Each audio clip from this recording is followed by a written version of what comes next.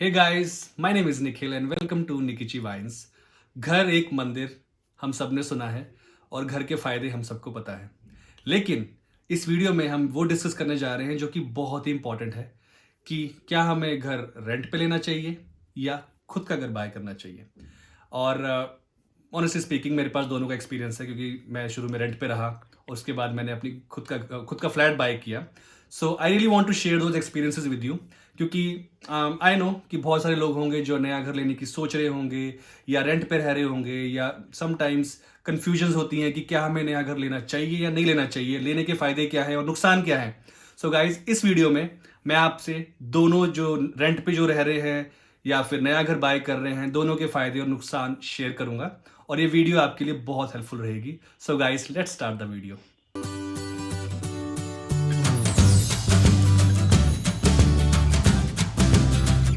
So guys, सबसे पहले हम डिस्कस करते हैं रेंट पे रहने के फायदे और उसके नुकसान।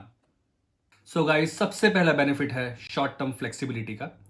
आप 1 BH के फ्लैट में रह रहे हैं एंड यू थिंक कि अगर आपको बड़ा फ्लैट चाहिए, आपको 2 BH के फ्लैट चाहिए, 3 BH के चाहिए, तो आप इजीली फ्लैट चेंज कर सकते हैं एक मंथ का नोटिस देके। और अगर आप बड़े फ्लैट पे रह रहे हैं एंड यू थिंक कि you can't afford that flat, so आप 1 BH के में जा सकते हैं, 2 BH के में जा सकते हैं किसी भी टाइम पे। ऐसे ही अगर आप किसी ऐसी कंपनी में जॉब कर रहे हैं जिसमें आप खुश नहीं हैं, आपको हाइक नहीं मिला, बॉस अच्छा नहीं है एंड आप सोच रहे हैं कि चलिए किसी और सिटी पे मूव कर देते हैं, दिल्ली जाते हैं, गुड़गांव चलते हैं या फिर हैदराबाद, बेंगलोर, तो आप किसी भी टाइम पे अपना फ्लैट छोड़ सकते हैं और इस लोकेशन में फ्लैट ले सकते हैं। तो रेंटिंग में आपको एक फ्लेक्सिबिलिटी मिल जाती है जिसके अनुसार आप किसी भी टाइम पे फ्लैट को छोड़ के नए फ्लैट में मूव कर सकते हैं very easily. So guys, second benefit है जीरो मेंटेनेंस एंड रिपेयर।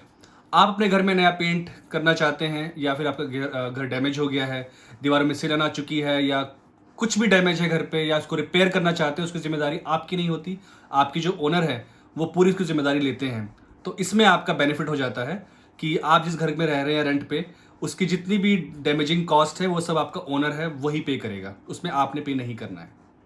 अगला बेनिफिट है नो डेप्रिशिएटिंग वैल्यू।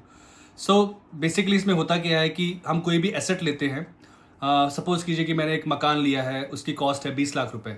तो आज से 5 साल बाद उसकी कॉस्ट क्या होगी? 20 लाख होगी या 20 से 22 होगी, 24 होगी, या घट के वो कॉस्ट 15 पे आ गई या 10 पे आ गई। तो उसकी टेंशन आपको नहीं लेनी है बिकॉज मकान आपके ओनर का है। अगर कॉस्ट गिरती है या बढ़ती है वो उसकी जिम्मेदारी है और वही टेंशन लेगा, उसमें आपको टेंशन की जरूरत नहीं है बिकॉज आप रेंट पे रह रहे हैं। और अगला पॉइंट है लेस सिक्योरिटी फी, जिसे हम कहते हैं एडवांस पेमेंट। ये बाइंग हाउस की कंपैरेटिवली रेंटल में बहुत कम होता है। जैसे हम घर खरीदते हैं नया, घर की कॉस्ट है 40 लाख या फिर 20 लाख समझ लीजिए, और उसमें नॉर्मली क्या होता है कि हमें 10 से 20% कम से कम देना पड़ता है एडवांस। तो 20 लाख का 10% हो गया है 2 लाख और 20% हो गया 4 लाख। तो 2 से 4 लाख हमें एडवांस देना पड़ता है, जो कि रेंटल में ऐसा नहीं होता। रेंटल में जो ओनर होते हैं वो आपसे 3 महीने का एडवांस मांगते हैं। सो फॉर एग्जाम्पल, अगर आपका मंथली रेंटल है 10,000 रुपये, सो आपको शुरू के 3 महीने का एडवांस रेंट देना पड़ता है जो कि हो गया 30,000। और जब आप वो मकान छोड़ते हैं 1 महीने का एडवांस नोटिस देके, तो आपको वो पैसा वापस मिल जाता है। तो इस केस में जब आप रेंट पे रहते हैं तो आपको जो एडवांस देना पड़ता है वो बहुत ही लेस देना पड़ता है as compare buying a house. So guys, अब तक हमने बात की रेंट पे रहने के फायदे की, अब बात करते हैं नुकसान की।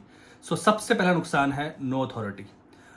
जिस मकान में आप रहते हैं, चाहे पिछले 1 साल से रह रहे हैं, चाहे पिछले 10 साल से रह रहे हैं, आपके पास उस मकान की अथॉरिटी नहीं होती। आप बिना अपने ओनर के परमिशन के बिना उस मकान में कुछ भी चेंज नहीं कर सकते अगर आप चाहे भी। तो ये एक बहुत ही बड़ा नुकसान है रेंट पे रहने का। अगला नुकसान है ईयरली चार्जेस का। सो सैलरीज, हमें पता है कि हमारी सैलरीज हर साल बढ़ती है, लेकिन किसी किसी केस में सैलरीज नहीं भी बढ़ती, लेकिन आपका जो घर का रेंट है वो हर साल बढ़ता ही रहता है, चाहे वो 5% बढ़े, चाहे वो 10% बढ़े। सो गाइज, हर साल आपको जो रेंट है वो बढ़ेगा ही बढ़ेगा। तो ये एक और इसका बहुत बड़ा नुकसान है रेंट पे रहने का। एंड अगला जो इसका सबसे बड़ा नुकसान है वो है नो सिक्योरिटी। आप जिस मकान में रह रहे हैं, पहली बात वो आपका मकान नहीं है, लेकिन जो ओनर है उसके पास फुल राइट्स है कि आपको किसी भी टाइम पे वो मकान खाली करने के लिए बोल सकता है। सो गाइज, जस्ट थिंक कि जिस मकान में आप चाहे पिछले 1 साल से रह रहे हैं, चाहे 10 साल से रह रहे हैं, वह आपको किसी भी समय खाली करने को बोल सकता है और आपको मकान छोड़ना पड़ेगा। तो रेंटिंग में सिक्योरिटी 0% है। एंड नेक्स्ट डिसएडवांटेज रेंट पे रहने का वो ये है increasing wealth to your owner. आप उसके मकान में रह रहे हैं, मकान भी उसका और आप रेंट उसको पे कर रहे हैं। तो बेसिकली आप क्या कर रहे हैं कि उसकी जो वेल्थ है उसको बढ़ा रहे हैं और अपनी वेल्थ आप घटा रहे हैं। सो गाइज, अब तक हमने बात की रेंट पे रहने के फ़ायदे और नुकसान की। अब हम बात करते हैं खुद का घर खरीदने के फ़ायदे और नुकसान की। सो गाइज, पहला फ़ायदा है ओनरशिप ऑफ योर हाउस। जिस मकान में आप रह रहे हैं वो आपके खुद का मकान है। सो जस्ट फील कि उस पर आपकी कंप्लीट ओनरशिप है, कोई भी आपको उस मकान से नहीं निकाल सकता। आप अपनी जॉब लूज़ कर सकते हैं, आप अपनी लाइफ में कुछ भी लूज़ कर सकते हैं, लेकिन जो मकान आपका है वो आपका है। तो ये सबसे बड़ा बेनिफिट है मकान बाय करने का। नेक्स्ट बेनिफिट है इन्वेस्टमेंट। जो घर आपने लिया है वो आपको अगले कुछ सालों में बहुत कुछ पैसा कमा के देगा। गाइस, ये रियल एस्टेट है और रियल एस्टेट में हमेशा इंप्रूवमेंट ही आती है। बहुत ही लेस चांसेस होते हैं कि रियल एस्टेट की मार्केट गिरती है, लेकिन जब वो गिरती है तो बहुत जल्दी वो अप भी हो जाती है। सो जो मकान आपने लिया है वो आज से 5 साल, 10 साल या 20 साल के बाद आपको एक अच्छी इनकम जनरेट करके देगा। अगला फ़ायदा है benefit on your tax. So guys, हम सब जॉब करते हैं और हमारी इनकम जो होती है उसमें हमें कुछ टैक्स पे करना होता है। सो घर खरीदने का सबसे बड़ा फ़ायदा है कि अगर आपने घर लोन पे लिया है और आपकी कोई ईएमआई चल रही है तो वो ईएमआई आप शो करके टैक्स में बेनिफिट्स ले सकते हैं। Next best benefit is rental income. आप जिस घर में रह रहे हैं कुछ सालों बाद अगर वो घर को आपने रेंट पे देना है या आपने नया घर ले लिया है तो वो घर आपको मनी अर्न करके देगा, क्योंकि रेंटल इनकम आजकल बहुत फेमस है। लोग रेंट पे रहना चाहते हैं, लोगों को रेंट के लिए मकान नहीं मिलते, तो इस चीज़ का फ़ायदा उठा सकते हैं और रेंटल इनकम से आप मनी भी अर्न कर सकते हैं। सो गाइज, अब बात करते हैं घर खरीदने के नुकसान की। पहला नुकसान मेंटेनेंस कॉस्ट। जिस घर में आप रह रहे हैं, चाहे वो 1 BHK है या वो बहुत बड़ी कोठी ली है आपने, चाहे 2 BHK चाहे 3 BHK, आपको हर महीने एक मेंटेनेंस कॉस्ट देनी पड़ती है। और उसके अलावा भी घर में कोई भी डैमेज हो जाए, घर में पेंट करवाना हो या दीवार ख़राब हो गई या सीलन आ गई है, वो कॉस्ट भी आप ही को पे करनी होती है। दूसरा नुकसान difficult to sell. So guys, for XYZ reason अगर आपको पैसे की ज़रूरत है और आपके पास अपने घर के अलावा और कोई इन्वेस्टमेंट नहीं है और वो आप घर बेचना चाहते हैं, तो इतना आसान नहीं होता घर बेचना। एक दिन में घर नहीं बिकता, बहुत सारी फॉर्मेलिटीज़ होती हैं और महंगी चीज़ है, बेचने में वक्त लगता है, डॉक्यूमेंटेशंस बहुत सारी इसमें इन्वॉल्व होती है। सो गाइज़, ये इसका दूसरा नुकसान है घर खरीदने का, क्योंकि अगर आपको जब पैसे की ज़रूरत है और आपने घर बेचना है so it takes a long time. अगला नुकसान घर खरीदने का डेप्रिशिएटिंग वैल्यू रिस्क।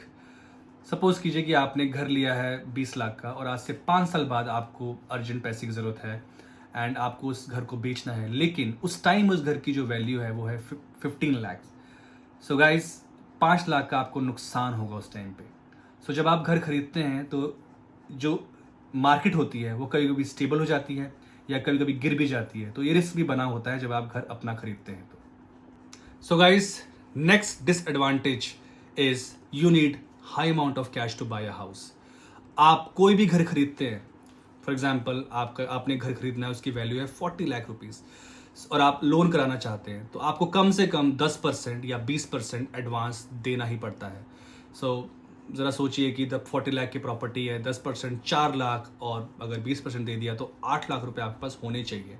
ये तो है किसी भी घर को खरीदने से पहले का अमाउंट। उसके बाद भी बहुत सारे खर्चे होते हैं। आपने घर ले लिया लेकिन उस घर की आपको रजिस्ट्री भी करवानी है, तो उसके भी कॉस्ट अलग से होती है, कुछ 6 से 7% रजिस्ट्री कॉस्ट होती है। वो डिपेंड करता है कि घर आपके नाम पे है या आपकी वाइफ के नाम पे या आप दोनों के नाम पे हैं। सो ऐसे से कॉस्ट भी आपको देने पड़ते हैं। सो ये सबसे बड़ा डिसएडवांटेज है घर खरीदने का। So guys, I hope you enjoyed my video. इस वीडियो में हमने बहुत कुछ डिस्कस किया, रेंट पर रहने के फ़ायदे नुकसान या अपना घर लेने के फ़ायदे या नुकसान, लेकिन मैं आपसे अपना खुद का व्यू और एक्सपीरियंस शेयर करना चाहता हूँ। मैं भी रेंट पे रह चुका हूँ और मैंने अपना घर भी लिया है, तो मेरे पास दोनों का एक्सपीरियंस है और मेरे अकॉर्डिंगली आपको अपने घर में ही रहना चाहिए, because guys it's your house, you are the owner of your house. So अपना घर होना और उसकी फीलिंग कुछ डिफरेंट ही होती है। मैं ये नहीं कह रहा जो लोग रेंट पे रह रहे हैं वो अच्छा नहीं कर रहे, उनका अपना व्यूज़ है, उनकी अपने लाइफ का एक्सपीरियंस है, उनकी अपनी मजबूरियाँ हैं। सो मैं किसी को डीमोटिवेट नहीं कर रहा हूँ, लेकिन अगर लाइफ में आपको एक चांस मिले कि अपना घर खरीदने का, so guys please do that and believe me, आपके जो बच्चे हैं वो आपको बहुत अप्रिशिएट करेंगे कुछ सालों के बाद। सो गाइज, आई होप आपको मेरी वीडियो अच्छी लगी और please do subscribe, like and share my channel. और कोई भी फीडबैक हो, do not forget to post in the comment box. Thank you so much.